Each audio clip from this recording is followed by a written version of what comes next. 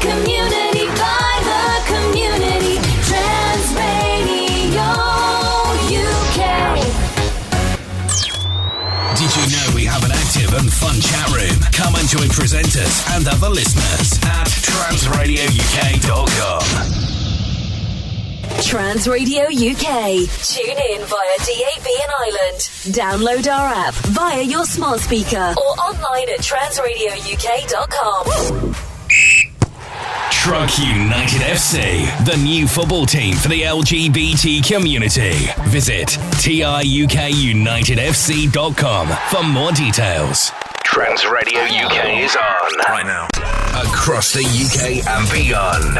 Now, more of the music you love. Trans Radio UK. It's Sunday, it's 9 p.m, and that means one thing. It is time, of course, for the LGBTQ plus late show with myself, Kevin, here on Trans Radio. Absolutely packed show for you this evening, which I'm really looking forward to. And I'm going to dive straight in. First of all, I should say, though, if anybody has any feedback or wants to comment on anything discussed on the programme tonight, you can, of course, email me, kevin@transradiouk.com.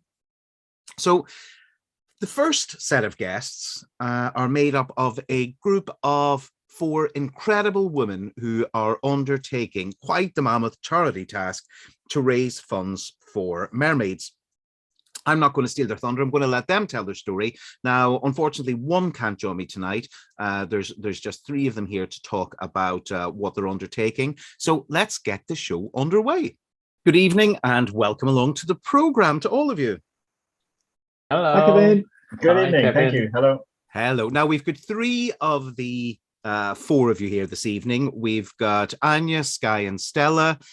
So I'll speak to you all individually over the next quarter of an hour. But first of all, I have given a very vague introduction, Anya, because it's not my story, it's all of yours. And I thought if I come to you, first of all, just to tell us a little bit more about what you're doing and the reasons why you're doing it.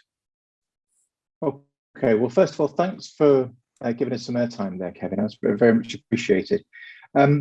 We're going to be doing a virtual challenge of traveling virtually 1,000 kilometers, which is equivalent to the Triton and Mermaid Fountain in Vienna in Austria, to the Little Mermaid statue in Copenhagen in Denmark. This is in order to support a wonderful charity called Mermaids. Mm-hmm. And I think quite a lot of in fact, I would suspect the majority of our listeners know about Mermaids and the incredible work which is done by Mermaids. But do you want to discuss slightly, because it was a lovely I should say to everybody, we've been sitting here, we've had a lovely time. We've been sitting here yapping away, the 4 of us. And what I should say, I know people are probably fed up hearing me say this, but every week I seem to mention the fact that I record the show on Zoom, and although it's only the voices go out in Trans Radio, it's lovely to sit here on the screen looking at everybody. And so there's the 4 little boxes here tonight, and it's kind of, you've got me stuck between these 3 gorgeous women, and it kind of looks a bit like Charlie's Angels going on here. Oh, do you know, flattery will get you absolutely everywhere. But yeah, as I was saying, with Mermaids, a lot of our listeners will know, but for anybody who doesn't, and in the conversation we were having beforehand that I've alluded to there, I can't remember. I think it was you, Stella, who said about one of the reasons why you adored Mermaids. If you could just kind of tell us that to the listeners. I think that was Anja. Oh, was that Anya? Really? So I let Anya answer that, because she started this and chose Mermaids, and she's got a very strong way of saying it. Okay. The thing for me, which was echoed by the rest of the team, because it's important to emphasize that we all feel the same way, is that we're not youngsters in that sense. Had we had a charity like Mermaids when we were growing up, and certainly when we were children, then I think our lives and the lives of those around us, immediate family, loved ones, and those people we came into contact with, I think if we had a charity like Mermaids around at the time, our lives and their lives would have been significantly better. by any metric you might want to apply. So looking at the younger generations, who I have complete faith in, I look at it and think, if we can do something just to try and help them in some way, then I think 1,000 kilometers is very small beer. And why, if I may ask, why 1,000 kilometers? Because wasn't it 100 kilometers that was on the original pitch? Well, I think with everything else, it's something that has sort of grown kind of organically.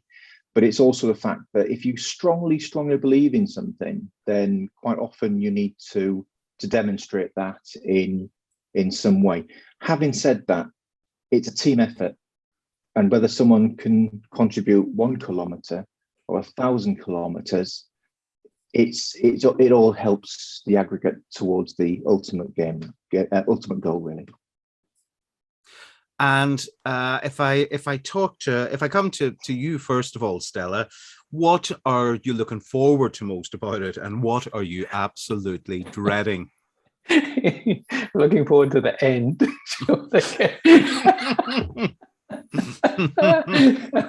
And I think I'm dreading the start. It's a nice challenge to do, and I think we're all really looking forward to it, and it has a lot of meaning. We found a really great route which goes from the twin-tailed mermaid at one end to the little mermaid at the other, and both are symbols. The twin-tailed mermaid in alchemy was showing that the world consists of a balance of things, and it was very much an under the cover transgender kind of symbol, whereas the Little Mermaid is kind of very resonant with transgender children now, because of the Disney story where she desperately wants to be a whole woman, but her lower half is not a woman, and she has to give up her voice to get her dream of marrying the man that she loves. And if that's not a transgender narrative, then I don't really know what is. And there's in all of history, in all of literature, there are always these hidden transgender subtext in so many works of art. So to be able to take two of them and run from one to the other for Mermaids as a charity, I think is really special. And so I'm looking forward to it. It's going to be wonderful. I think the message in it and the symbolism within it are both they're both gorgeous. Sky, I'm going to come to you as well, just in terms of now, Sky, you did say just before we came on air that it was 1,000 between you, but as Farah isn't here, then that means she's getting the majority. Oh, she is definitely getting the majority. She's the swimmer, cyclist, and runner between us. So yeah, she is definitely getting the majority. No, what I really like about, or sort of push for, or like about this idea of the challenge and working together, is that we're not going to split it down to say we've each got to cover a certain distance, and you've got to do your part. And I'm not going to do a step further. The idea that we work as a team, that it's much like my experience of the trans community. It's very supportive, it's very helpful, it's very understanding, and so I really want to put the emphasis in our team on that, to say, I'm out and about, I run and cycle quite a lot, so other people, or maybe, I don't know, Stella might not, or Farah, for example, might be a bit busy with work, and she can't do as much as she usually does. So the idea that we've got to set a challenge, we work as a team towards a community goal, and that it really is this idea of community, of supportive community, which is what we're about, which is what my experience of the trans community has been, and what Mermaids is about. So on a practical basis, so I think some of these things are probably easily explained in person or on TV, and on radio. I think for anybody sitting listening now that's trying to visualize what is this virtual challenge, or what is a virtual challenge, with people probably sitting having all kinds of images of banks of treadmills, or all of you in a gym, or people climbing. What are the day-to-day practicalities of how it's going to be done between you, Stella, Anya, and Farah? I think with we've come to an agreement that Sky has volunteered to collate all the input from each of the team members, and I'm very much obliged to her for doing that, because I wouldn't want to do that. So we all submit our evidence to Sky of the distances we've covered, and that can be either running a route, walking a route, actually swimming, actually cycling, or to do it virtually. So for me, some of it will be on an exercise cycle, on a rowing machine. Some will be out in the real world doing my thing, and the same thing for the rest of the team. The idea is that it's not about what you can't do because of time limitations or because of maybe any other sort of constraints. It's what you can do, and that's the most important part of being a member of the community. And that's lovely and positive. That's a really positive message. It's one of the things we always try to do on this program is, and I think if anybody who listens regularly will know, we don't focus on negative. We always try and focus on things that are just incredibly positive. And that message, Anya, couldn't be more so.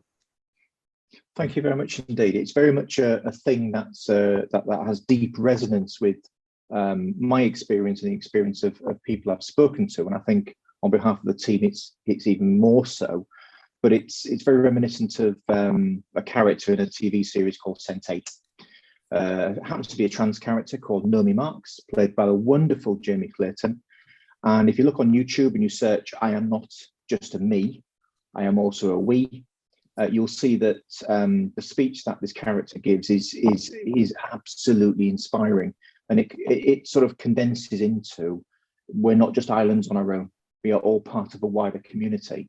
And I think with this charity, where those who, like myself, who are a little bit longer in the tooth, can give something back to the younger generation and make their lives hopefully just a little bit easier, then I think 1,000 kilometers is a small ask.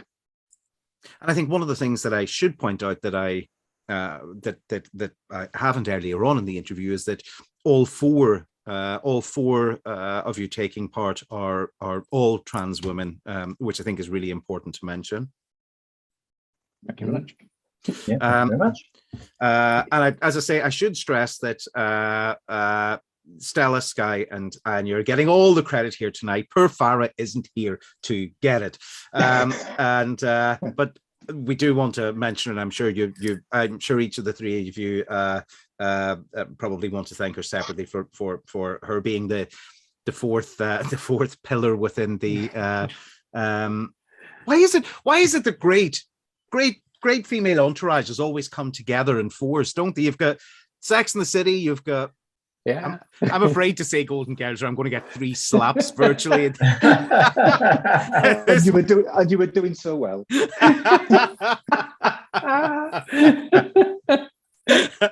At least one.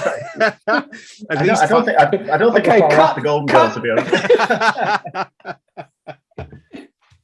Oh, fantastic.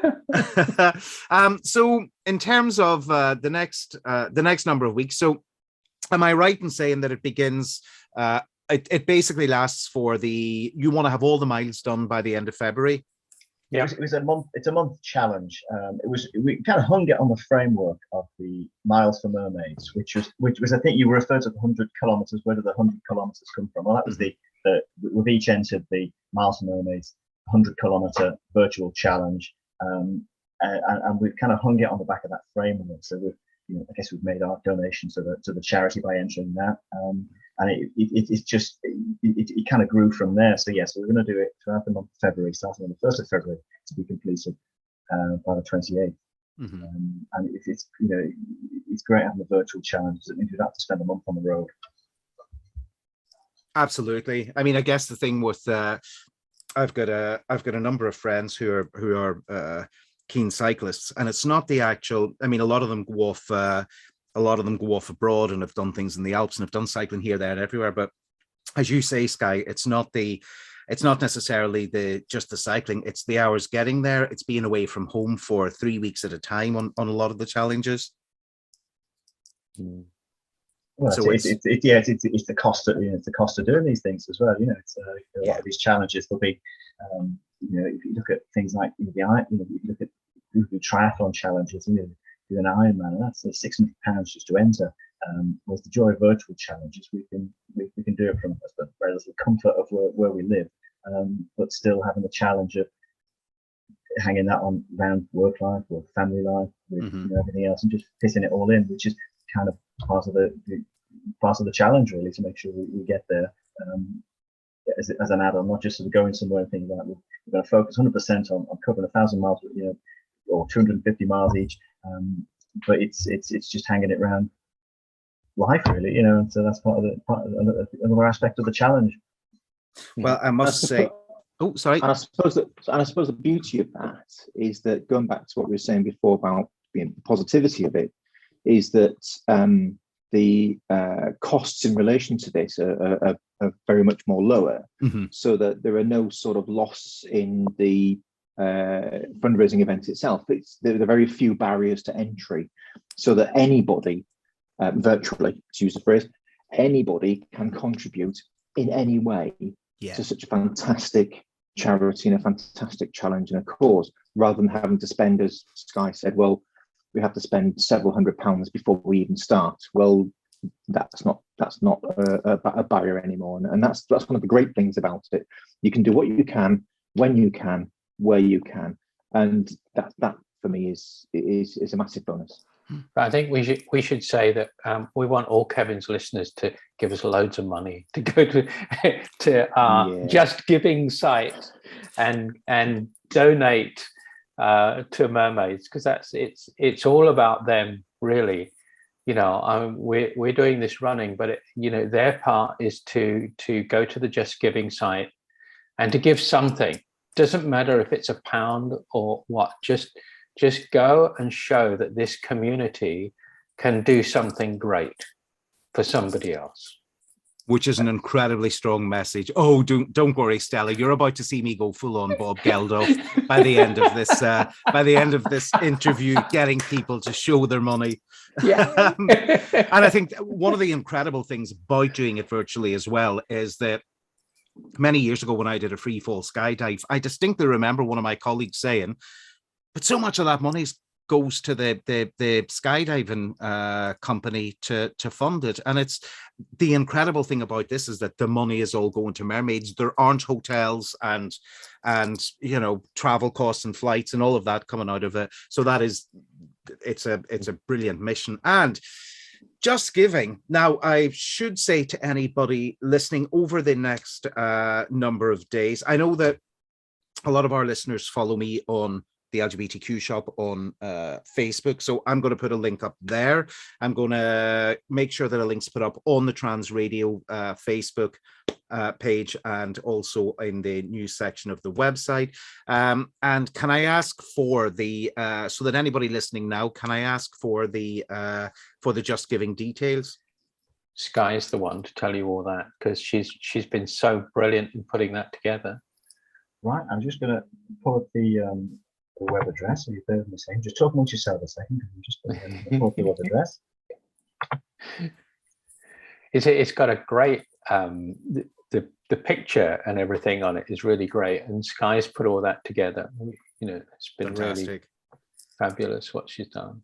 Yeah, so we want to make sure. And actually, the other thing is, for anybody listening, I think everybody knows the incredible work which Mermaids does, and I will ask not just if you, and as Stella said, if you've only got £1, that's fantastic. If you've got any more than that, that's fantastic also. But the important thing is, if you can share this, and if you can share the link that we post, because if you only have £1 and your friend has £1 and your friend has £1, lots and lots of pounds add up to lots and lots of money. So if I can get, this was the Bob Geldof part I was talking about, Stella, and I've got the accent and everything to go with it. So. Kevin, go. So if it's shared and everybody can share it wide and far, the money will go to a great organization. And right at the start, Anya did say, that the important thing is. And you know what, Anya, one of the things I should say, that's a very important message that you have said, because I hear this quite a lot from back at home in Ireland, which in my youth would certainly have been very transphobic, and there would have been no support. And whilst it's not Mermaids I'm talking about in particular, there's a shocking number of support groups for kids now over there, and because I'm friends with a lot of those people on Facebook, I keep seeing the positive power and how transformative that is for children's lives to have this support. So Mermaids and any organization like it in other territories, I think it's just incredible. And the best thing about something like Just Giving is they accept euros. Mm-hmm. Yeah, as well as pounds. So you dollars, yen. Dollars, yen. It's international. Well, I've run a test, and I've not actually done a search for our page on Just Giving. I just wanted to make sure it worked before I gave out the address. So if you go to justgiving.com, and you can just do a search for virtual pan nationals on the justgiving.com page, and we do appear there. Fantastic. The full web address is justgiving.com/fundraising/virtual-pan-nationals is the full address of the webpage, but you can just do a search of virtual pan nationals from the Just Giving homepage. Perfect. What we can do is give you a link on your Facebook page, Kevin, if that helps. Absolutely, we're going to, I'm going to put it out there there for everybody, and you name it, I will. I will put it in as many places as I can, and I get to some places that would surprise you deeply. So I just want to say thank you so much to each of you this evening for joining me. Thank you, Stella, Sky, and Anya, and all the best of luck with it. And from our end, we're certainly going to help to try and push it as well. And I hope you raise tons of money. And do you know what? It will be great it will be great in a few weeks when you've done it for you to come back on, and we'll see how smug everybody feels then when they we'll see when there's when we've allowed the blisters to heal and the saddle sore to heal. We'll be back.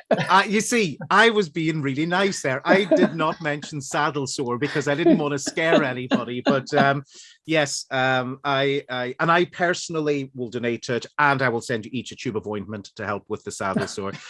That's how kind and generous I am. Okay.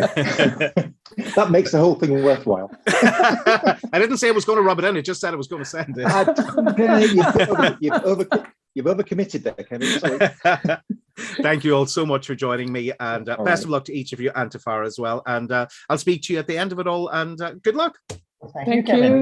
Thank you. Take care. Bye. Bye. Oh, I love this. We continue in moments. This is good. Yes. You're logged to Trans Radio UK.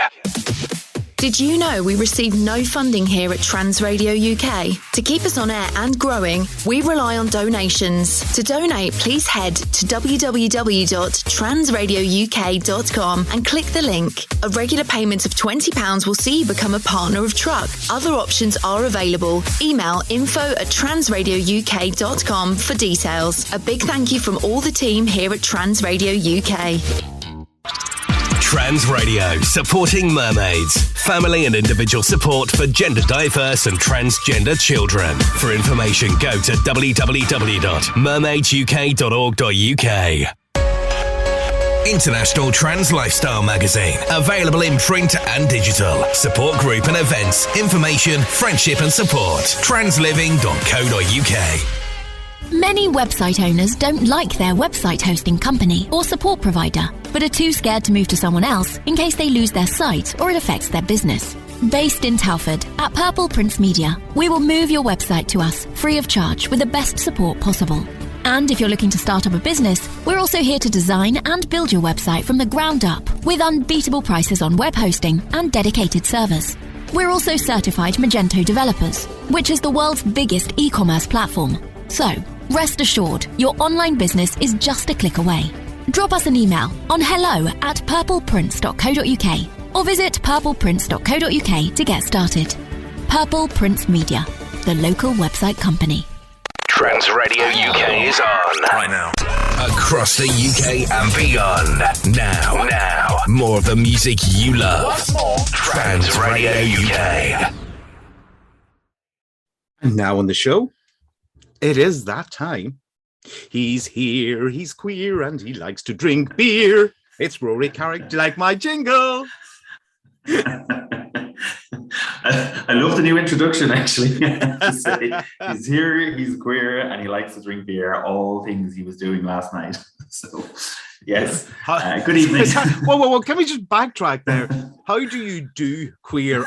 Or do you mean you were doing a? I wake up and I just emanate the queerness from the moment I open my eyes. So, yeah. And from the moment you open your gob. Yeah. But yes, I am here and I am queer. Good evening. Good evening. Welcome along to the show. It is, of course, the voice of Ireland, Rory Carrick. And do you know what? We'll have that conversation off there because I almost said something. My apologies to anybody listening. I almost dropped Rory in it for something he did that he shouldn't have done. And it's not a story we can share on air. Or maybe he should have done it. Anyway, we won't go there. We'll save that. Email me. We can share it on air, but email me, kevin@transradiouk.com, and I shall give you a brief one-paragraph synopsis. How the devil are you, Rory? How's your week been? I'm doing good. Yeah. The week is good so far. It's do you know what? Yeah, I suppose it's been busy work-wise. It's been nice to get out and be a little bit social. Our pubs were still closing till at 8 o'clock until last night. But the good news from Ireland, and I think you guys have good news in the UK as well, is from this weekend, our restrictions are all being lifted. So we are allowed. We're allowed to go and sit at a bar, which I'm really excited to do because I haven't sat at a bar in so long. I'm looking forward to strangers rubbing up against me. I'm looking forward to being hot and sweaty in the middle of a pub and just, fully embracing the post-COVID life that we're all so anxiously looking for. Haven't you just got back from 4 weeks in Lanzarote of doing nothing but drinking in a pub?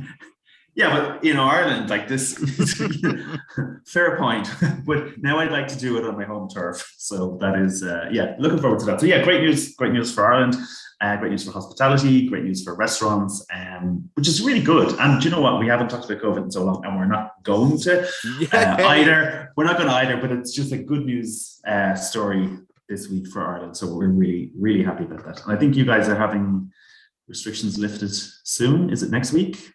I don't feel like we've had restrictions for the longest of times. I think, in true Boris fashion, I think he's just let us get on with it. We had the first lockdown, and I know we had one December, not last December, the year before that. But after that, I don't have my finger on the pulse whatsoever at the minute because I'm doing dry January. I find the easiest way to deal with that is to hibernate for the month and not go out. Pretty much, because that's avoid everybody January. So that way you can't be swayed to go for a sneaky pint at any time of the day or night.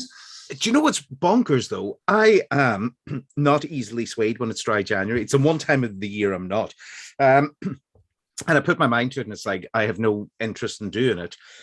But what really winds me up is whenever I saw this the other day. Whenever you're doing dry January and people feel this compulsion to go, you can have a drink. Well, I don't want a drink, but you can have one. You can have a drink, but I don't want one. I'm doing dry January. I'm not tempted. And why do people feel that for them to have a good time, whoever's with them also has to be drinking? That does wind me up. Yeah, I mean, I don't know whether that was. I always thought that was a very explicit Irish thing, whereby the other person is really uncomfortable that you're not having a drink.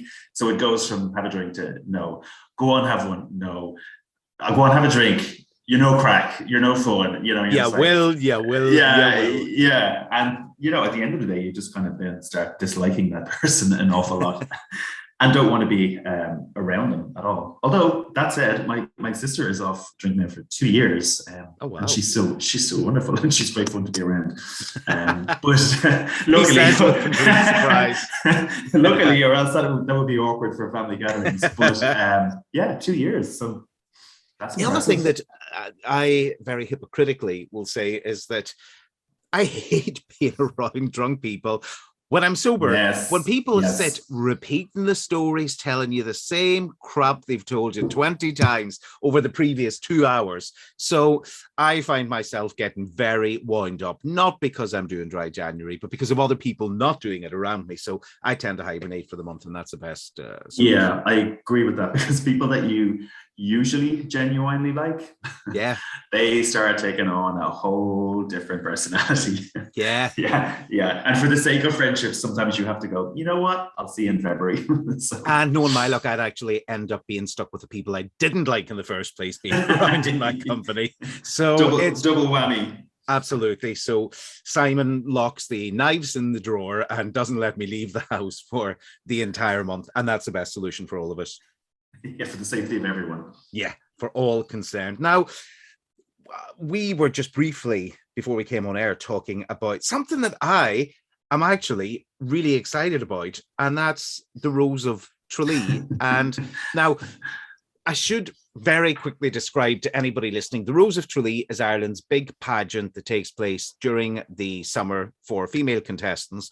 And I won't say it's like Miss Great Britain. It's nothing like that. It's all about, for a start, well, we were trying to, it's very twee. I'll let you do a bit of a description. I'm trying to, how would you describe the Rose of Tralee to someone who doesn't know it? So I suppose they're very, very specific in they're not a beauty pageant. So they would like to make sure that that is known up front. It's not a beauty pageant. It's not about looks. It is a, what would you call it? A wholesome Irish group of contestants judged on their intellect and their ambitions and their aspirations and their ability to do good as ambassadors for Ireland across the world. Definitely not a beauty pageant, although most of them seem to be quite stunning. Yeah. Not a beauty pageant, but you can't be over 32. Yeah. Not a beauty pageant, but you have to be over 21. Not a beauty pageant, but you definitely have to wear a nice evening gown and look amazing in it and have some kind of little talent, maybe a jig or read a poem or sing a song. So they're all the bits that sound quite twee and local.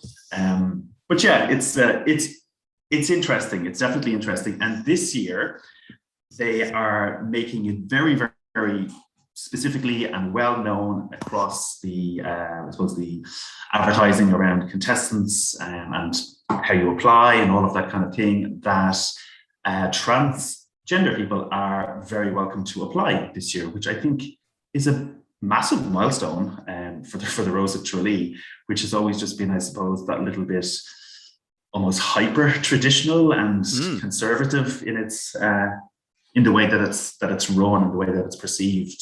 So I think it's a major milestone. And it's really good. For anybody in the UK who's not familiar with the Rose of Tralee, this is seismic. I mean, we had the Rose of Tralee. It's some of the things she must represent: aspirations, ambitions, intellect, social responsibility, and Irish heritage, I think is one of the official lines. But it used to be presented by somebody called Gay Byrne, who I guess in many ways was like Ireland's version of Parky.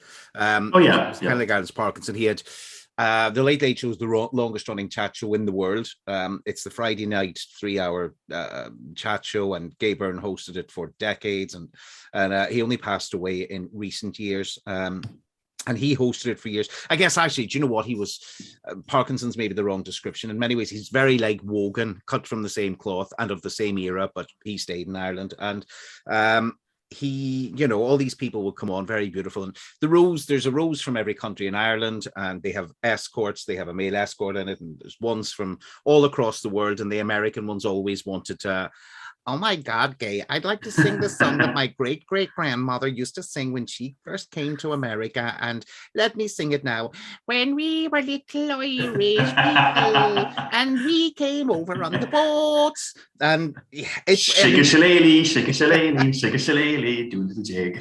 I mean, it was twee beyond belief, but everybody watched it. I mean, it was the highest viewed program in Ireland for generations. Married women weren't allowed to enter it. Unmarried mothers weren't allowed to enter it. Lesbians definitely weren't allowed to enter it. But that did change a few years ago. 2014 was the first lesbian rules from Philadelphia. And so that changed, and now it's embracing. Now you're allowed to be married, and you trans women are being welcomed as well. This is seismic for such a conservative, effectively Catholic pageant. So it's incredible. Do you know what? That is probably a good way to describe it, a Catholic pageant, although they are not a beauty pageant, just a heritage pageant, let's say, maybe. But yeah, it is. It's great news. And it's really exciting to read those kind of things, because you just kind of go, for such a little country, we're very progressive, and it's wonderful to be part of that. It truly is representative of a seismic shift and huge change in Ireland. And shockingly, well, I find shockingly, in the complete antithesis of something that we've both been reading, which has happened over the last number of days in the UK, in Surrey. And you brought this to my attention, Rory, 2 days ago, and I've seemed to have seen it on every gay website or social media page that I follow since then. Yeah, and I don't think it's hit mainstream yet. I think it's still simmering kind of underground. But essentially, the crux of it is a gay couple were banned from buying their dream house. The headline is "Gay couple banned from buying dream house by Christian sellers." So, I mean, that's a fairly loaded headline right there. But essentially, two guys, obviously in a long-term partnership. I think it's something like 8 years. They had engaged the services of an estate agent, found a house that they were really enamored with, quite a pricey one too, like 650,000 sterling. Decided, look, this is the one we want to live in. We want to build our life there. The owners, via the estate agent, had wanted to ask specific questions before agreeing to actually arrange a viewing. And one of the questions was essentially establishing, were they a couple? And obviously they stated that they were. And they, on the basis of that, they refused to allow them to have a viewing. And they were citing some Bible passages in their response, which is, yeah, I don't know. I mean, in this day and age, it's ludicrous that, you now have to kind of, I suppose, hide who you are to buy a house. It's bizarre, absolutely bizarre. It's genuinely mind-blowing. I'm shocked that 2022 in the UK, in Surrey of all places. I mean, for God's sake, it's Surrey. It's not even like it's an unpleasant part of the UK. And one of the things that is nice and that we should point out is that it was Purple Bricks, the online estate agents, who were handing it, and when they found out about it, they dropped these people like the steaming hot pile of poo that they are. So well done to Purple Bricks for doing that, and I think that should be pointed out. But you know what? I hope nobody else comes along and likes their house. Or if all of the gays across Surrey, if you could all just put in a request to view this house, let's send them thousands of requests from same-sex partners to go and view the house, and let's just see what happens, because I think it would be wonderful to see thousands of people up to see the house. and maybe if you do go to see it, bring a little glitter with you, maybe bring some confetti, maybe sprinkle it around the house, give it a little makeover. Might be quite wear nice. Rainbow hot pants. Yeah. A whole steady big stream of us. Why don't we host? We'll host a Surrey Pride. Let's get Surrey Pride going there. I actually, yes, do you know what? I've got Pride in Surrey coming on the programme at some point over the next week or two about the new hub in Woking. So I am going to talk to them about it. But what an absolute pile. Tell them that couple have volunteered their house as the new headquarters for Surrey Pride. Hub number 2, address coming soon. Yeah. But yeah, bizarre news, absolutely bizarre stuff. So we go from one extreme with Ireland being really progressive, and we go to talk about a reversal in roles. But of course, that is only one isolated couple, very Christian couple. Hashtag not all Christians are homophobic, but it's absolutely remarkable. So what else have you got coming up over the next, what are you up to over the next week, Rory? So for me, what have I got coming up? I will certainly be going out to enjoy drinks past 8 o'clock, sitting in a bar, which is quite exciting. Really looking forward to that. And I probably shouldn't say it already, but I have a surprise trip coming up next week. I won't mention the destination or the what it's related to. I'll tell you after I come back. So that'll be next weekend. Other than that, I suppose it's, keeping the wheels of industry turning here in Ireland, as one does. And that's about it. Can I just translate for anybody listening? A surprise trip to an unknown destination means the pubs are open later than 8. He's not sure which gutter he's going to wake up in at some point over the next week. Well, let me tell you, it has been a very long time since I woke up in any gutter or any place I shouldn't be. So I'm really looking forward to that. And just remember, when you're in the gutter, there's no further to go when you're lying looking at the stars. This is true. This is very true. And on that philosophical note, we shall leave you and look forward to talking to you next week, Rory. Lovely. Thanks for having me, Kevin. A pleasure as always. And hi to all the listeners. Cheers. Take care. Have a good one. Bye. Bye-bye. Bye. Oh, I love this. We continue in moments. This is good. Yes. You're locked to Trans Radio UK. Our truck shop is open. Hoodies, t-shirts, face masks, hats, and a whole lot more. Visit transradiouk.com. Ever thought about having your own radio show? Well, now you can, as we're looking for presenters to join our team. No experience is needed and minimal equipment required. For more information, email info@transradiouk.com. Looking for business cards, flyers, in fact anything in print? We can help. Digital format specialists, www.printsmart.uk.com. Think smart, print smart. Hi, I'm Hazel Dean, and you can get my new Always collection from the LGBTQ Plus shop, with all the profits going to Trans Radio UK. www.thelgbtqshop.com/Hazel. Hazel is spelled with 2 L's. HAZELL. Tea and Coffee are a global network providing alcohol-free safe spaces through face-to-face and online platforms. All of our events are held in safe, accessible and alcohol-free environments, allowing our members to relax and really connect with one another. To become part of one of the fastest growing global networks for trans and gender diverse people, simply visit tncoffeelgbt.com. That's the letter tncoffeelgbt.com. At Tea and Coffee, we're supporting you to be you. Trans Radio UK is on right now. Across the UK and beyond. Now. More of the music you love. What's more? Trans Radio UK.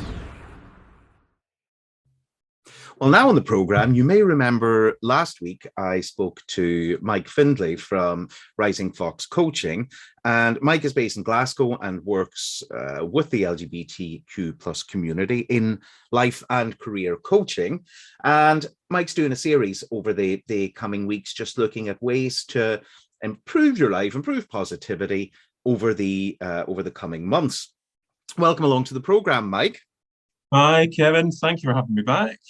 Yes, and we're going to get into it. It was a bit of an introduction last week, and we're actually going to get into it tonight. And I just want to say to everybody listening, it's I said to Mike, it's shocking. I used to spend a lot of time in Glasgow, and I said to him, shocking, you've got 2 weeks in a row.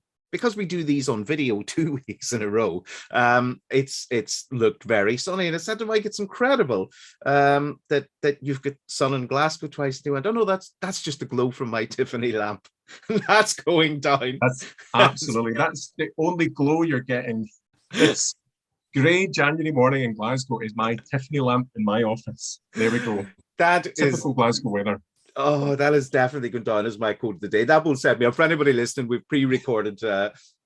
Mike's not around this evening, so we pre-recorded this interview in the morning. So it's just in case you're wondering why there's sun in Glasgow at 9 p.m. at night. This bit's pre-recorded, but that is definitely going down. In fact, I can see me making something for the shop out of that.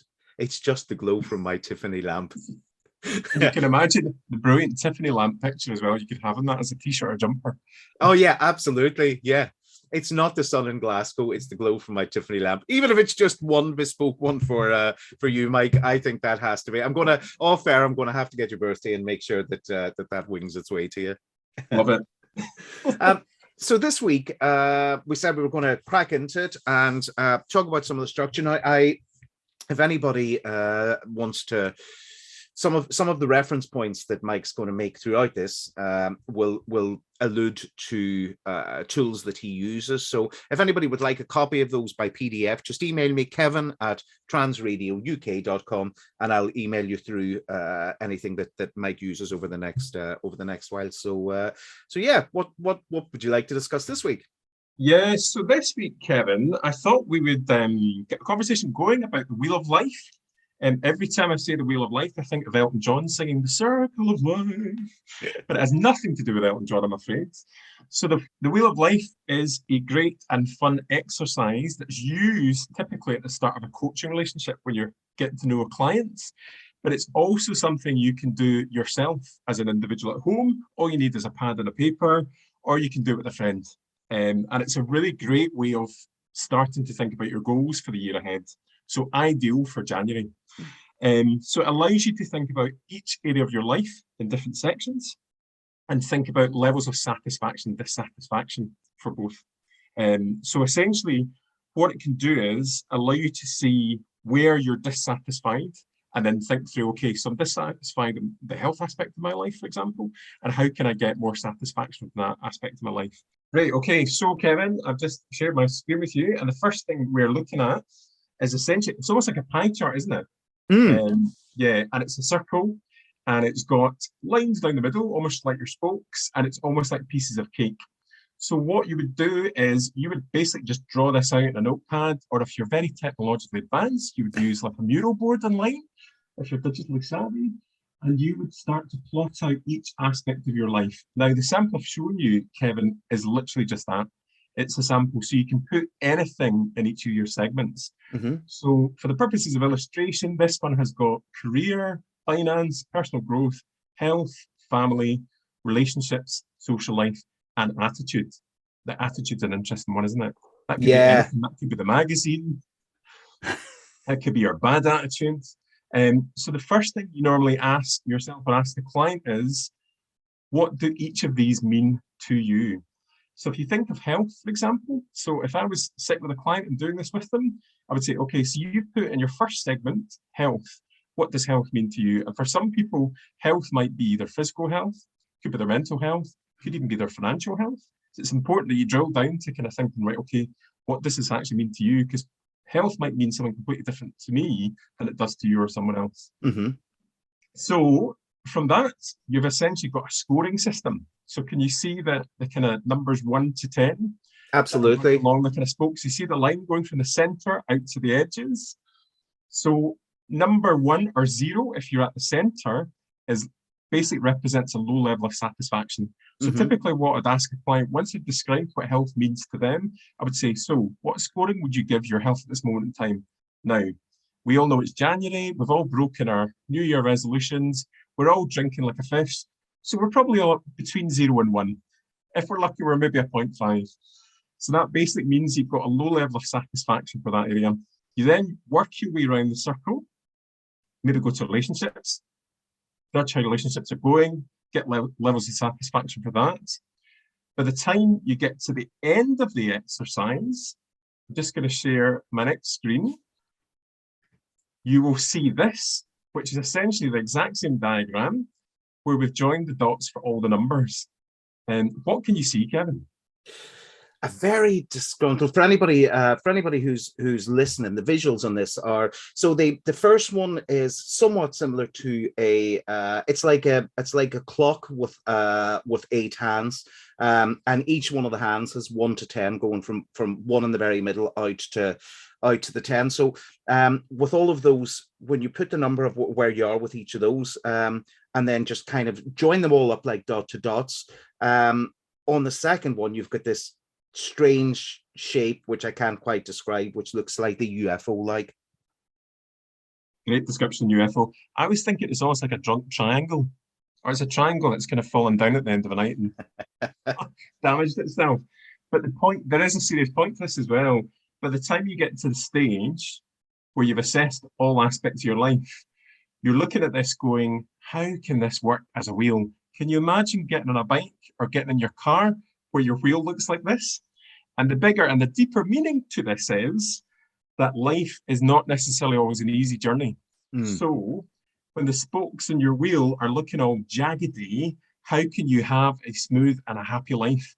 So essentially at this point in the conversation, you can start looking at where are your zeros, where are your ones in terms of your scoring, and what can you do to drive that number up?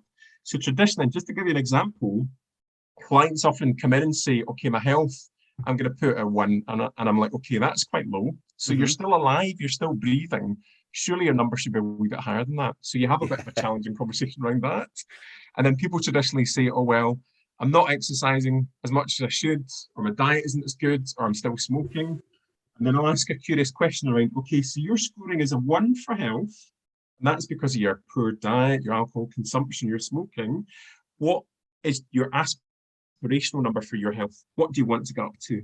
And normally people say, I want to get up to 5. And I'm like, okay, so you want to go from a 1 to 5? Is that as far as you can go? Seriously?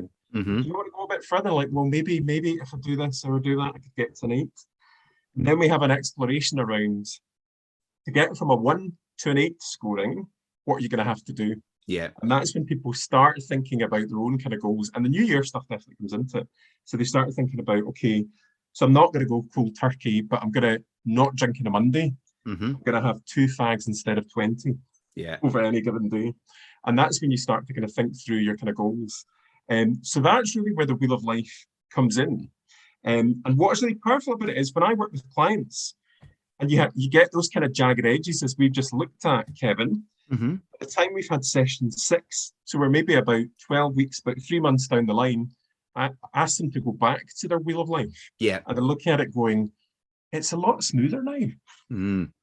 I've got some of my numbers up. I've got my finances under control. I've paid off a bit of debt. I've stopped smoking as much.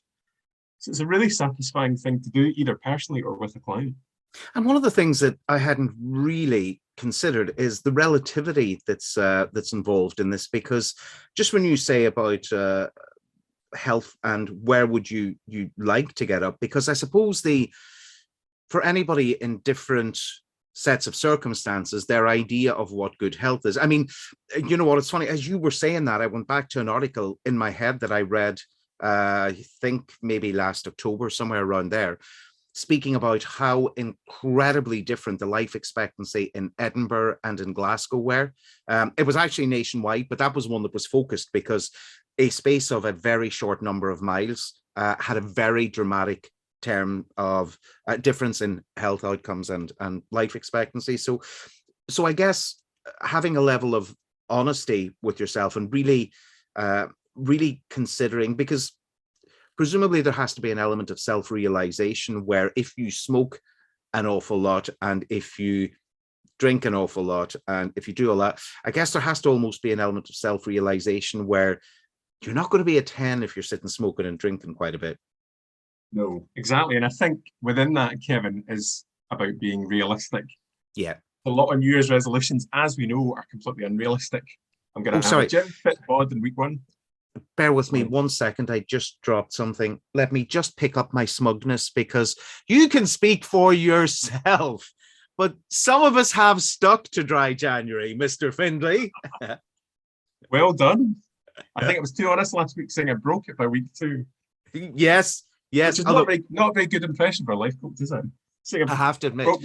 Yeah. It's funny when we talk about relativity and all of this, circumstances and how they present themselves. I have not had any inkling to drop dry January whatsoever until last night when a friend arrived over for dinner and arrived over with a couple of bottles of wine and a bottle of champagne because we hadn't seen each other since before New Year. And I have to admit there was a minute of, it's the 22nd of January. It's and there was that. So yeah, I guess there's and probably with the Wheel of Life here, you see, you said Elton John. Every time I see it, I picture you standing in front of a Carol Smiley Wheel of Fortune, asking people to make their guess. But I guess so much of it is interpretive, and I think if people are realistic and honest with it, but also Some things are, I guess, outside people's controls, like with last night, where somebody brought it to my table, and that required an extra level of commitment to get through it.